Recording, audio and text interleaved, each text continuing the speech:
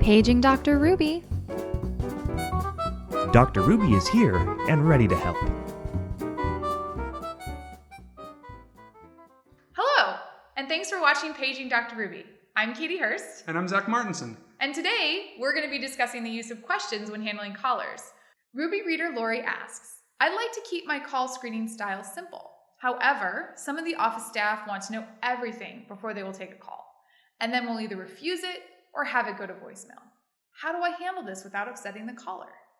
You know, it's a great question. If you're in a situation like Lori's, it may be helpful to check in with your coworkers and ask if there's a few pieces of information you can gather from callers up front that would encourage them to accept more calls. Although asking a lot of questions can annoy a caller, callers are also likely to be annoyed if they're repeatedly transferred to voicemail. In some cases, being prepared with a little insight into the caller's query can actually help your coworkers wow those clients when they actually do connect. It's true. It might be as easy as adding a question like, may I ask what the call is regarding, to your call screening process. With a little collaboration, you and your team can likely come up with 1 or 2 additional questions to ask during the screening process. In fact, it might sound something like this. Hi, is Steve there? I'd be happy to see if Steve is available. May I ask who's calling? Yeah, this is Jane Byers. Wonderful. And may I say what this is regarding? Steve has been helping me design my website, and he said he has a few questions for me. Okay, perfect. One moment, please.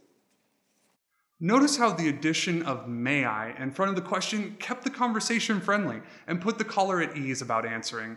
Other times, your boss or client may want to know additional information about an individual before accepting their call. When this occurs, vary up your approach to the questions. In fact, like this.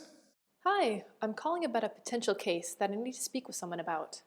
I'd be happy to see if someone's available. May I ask who's calling?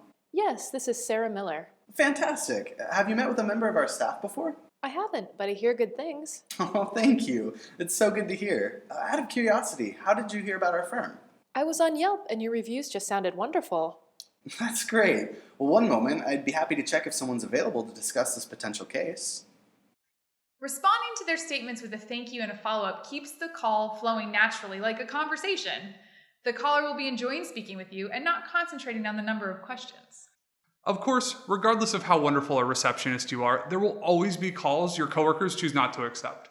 They may know that a particular client is talkative, and to give the best experience, they choose to return their call when they have more time to chat.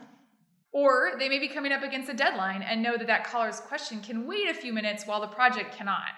Whatever the reason, I've found the key to keeping callers happy has more to do with a friendly tone and being helpful, encouraging words that are able to do exactly what a caller wants. Exactly.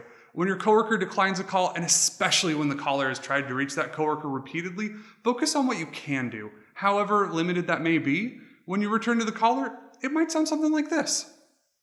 Thank you for your patience. Mr. Smith is away from the phone at the moment, but I'll be sure to remind him that you've been patiently awaiting his call. I have your number from your last message as 503-445-6900.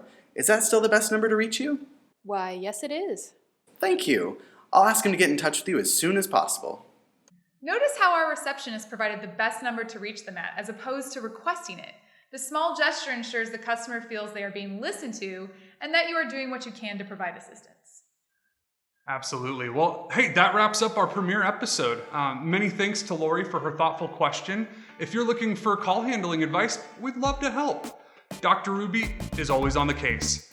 Send us your questions on Twitter at CallRuby, Facebook, or put them in the comments below. Thanks, guys!